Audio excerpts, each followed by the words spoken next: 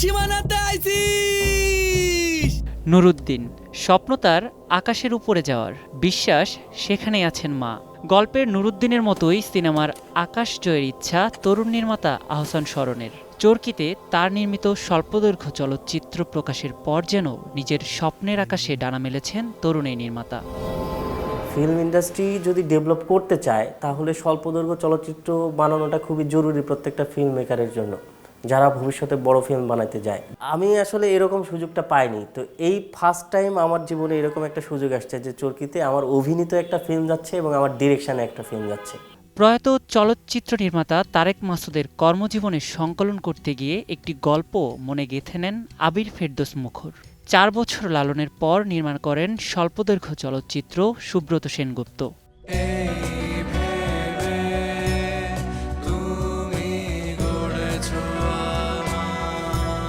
প্রায় 7 বছর আগে ক্রাউড ফান্ডিং এবং বন্ধু ও শুভাকাঙ্ক্ষীদের আর্থিক সহায়তায় ধাপে ধাপে নিজের স্বপ্নের কাজ সম্পন্ন করেন আবির। দীর্ঘ সময় পর হলেও স্বল্পদৈর্ঘ্যটি বাংলাদেশের দর্শকের জন্য প্রদর্শনের ব্যবস্থা হওয়ায় খুশি তিনি। ঘুরে ঘুরে দেখাচ্ছিলাম আর কি সিনেমাটা।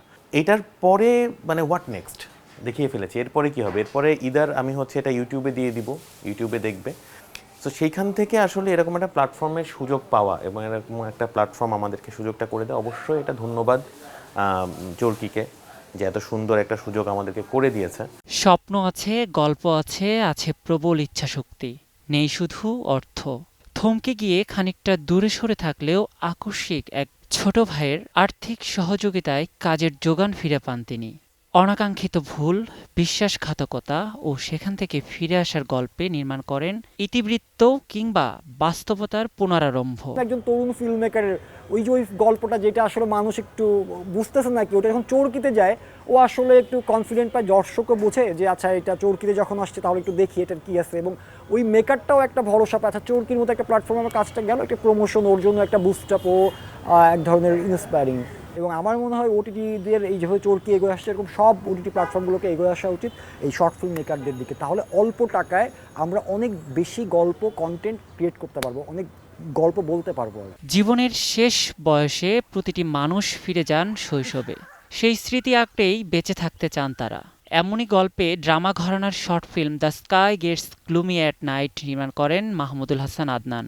আমরা আমাদের লোকালিটির ছবি বানাই লোকালিটির মানুষজনের জন্য, ওটা বাইরের দেশের মানুষ দেখে অ্যাপ্রিসিয়েশন দেয়, পুরস্কার দেয়, সেটা আলাদা বিষয়।